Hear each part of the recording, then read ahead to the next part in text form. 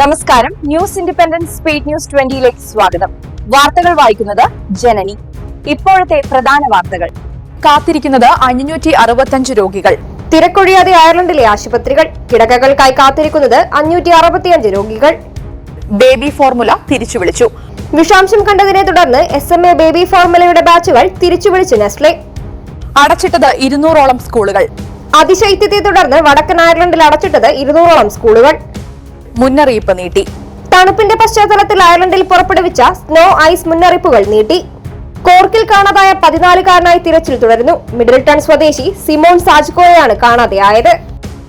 ഡബ്ലിനിൽ ചുവടുറപ്പിക്കാൻ പ്രമുഖ artificial intelligence കമ്പനിയായ Harvey 20ഓളം തൊഴിലവസരങ്ങളാകും സൃഷ്ടിക്കപ്പെടുക. ഡബ്ലിനിൽ Garda സ്റ്റേഷനിൽ കയറി ഭീഷണി മുഴക്കിയ യുവാവ് അറസ്റ്റിൽ. കുടുംബം മുന്നോട്ട് കൊണ്ടുപോകാൻ ബുദ്ധിമുട്ടിയ അയർലൻഡിലെ രക്ഷിതാക്കൾ. 4-1 മാതാപിതാക്കളും സാമ്പത്തിക ബുദ്ധിമുട്ട് നേരിടുന്നു. അന്തരിച്ച ഫിയന്ന ഫെയിൽ വനിതാ നേതാവ് മേരി വൈറ്റിന് ആദരാഞ്ജലികൾ അർപ്പിച്ച് പ്രധാനമന്ത്രി മീഹോൾ മാർട്ടിൻ. UN-ന്റെ സഹായ സംഘടനയെ ലക്ഷ്യമിട്ട് ഇസ്രായേൽ കൊണ്ടുവന്ന നിയമങ്ങൾക്കെതിരെ അയർലൻഡും നടപടിയെ ശക്തമായി അപലപിച്ചു.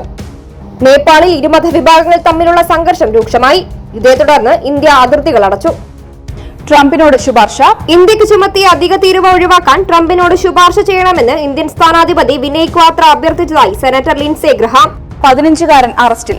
പാകിസ്ഥാനു വേണ്ടി ചാരവൃത്തി നടത്തിയതിന് ജമ്മു സ്വദേശിയായ 15കാരൻ പഞ്ചാബിൽ അറസ്റ്റിൽ. ദീപം കൊളുത്താം. തിരുപ്പുറ കുന്ത്രംകുന്നിലെ കൽത്തൂണിൽ ദീപം കൊളുത്താമെന്ന സിംഗിൾ ബെഞ്ച് ഉത്തരവ് ശരിവച്ച് മദ്രാസ് ഹൈക്കോടതി. മുൻ മന്ത്രി VK ഇബ്രാഹിം കുഞ്ഞ് അന്തരിച്ചു.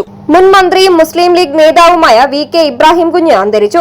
ഏറെ നാളായി അർബുദബാധിതനായി ചികിത്സയിലായിരുന്നു. ശബരിമല സ്വർണ്ണക്കൊള്ളയിൽ ഗൂഢാലോചന നടത്തിയത് ഉണ്ണികൃഷ്ണൻ പോറ്റിയും പങ്കജ് ഭണ്ഡാരി ഗോവർദ്ധനനും ചേർന്നെന്ന് SIT. മുസ്താഫിസുർ റഹ്മാന് പണം ലഭിക്കില്ല. കൊൽക്കത്ത ടീമിൽ നിന്ന് ഒഴിവാക്കിയ ബംഗ്ലാദേശി താരം മുസ്തഫിസുർ റഹ്മാന് നഷ്ടപരിഹാരം ലഭിക്കില്ലെന്ന് സൂചന. പുറത്താക്കാനുള്ള തീരുമാനം ഉന്നത തലങ്ങളിൽ നിന്ന്. ബംഗ്ലാദേശ് താരം മുസ്തഫിസുർ റഹ്മാനെ IPL-ൽ നിന്ന് ഒഴിവാക്കാനുള്ള തീരുമാനം BCCI-യുടെ ഉന്നത തലത്തിൽ എടുത്തതെന്ന് റിപ്പോർട്ട്. വീണ്ടും മഴ. സംസ്ഥാനത്ത് ഒരു ഇടവേളയ്ക്ക് ശേഷം വീണ്ടും മഴ മുന്നറിയിപ്പ്.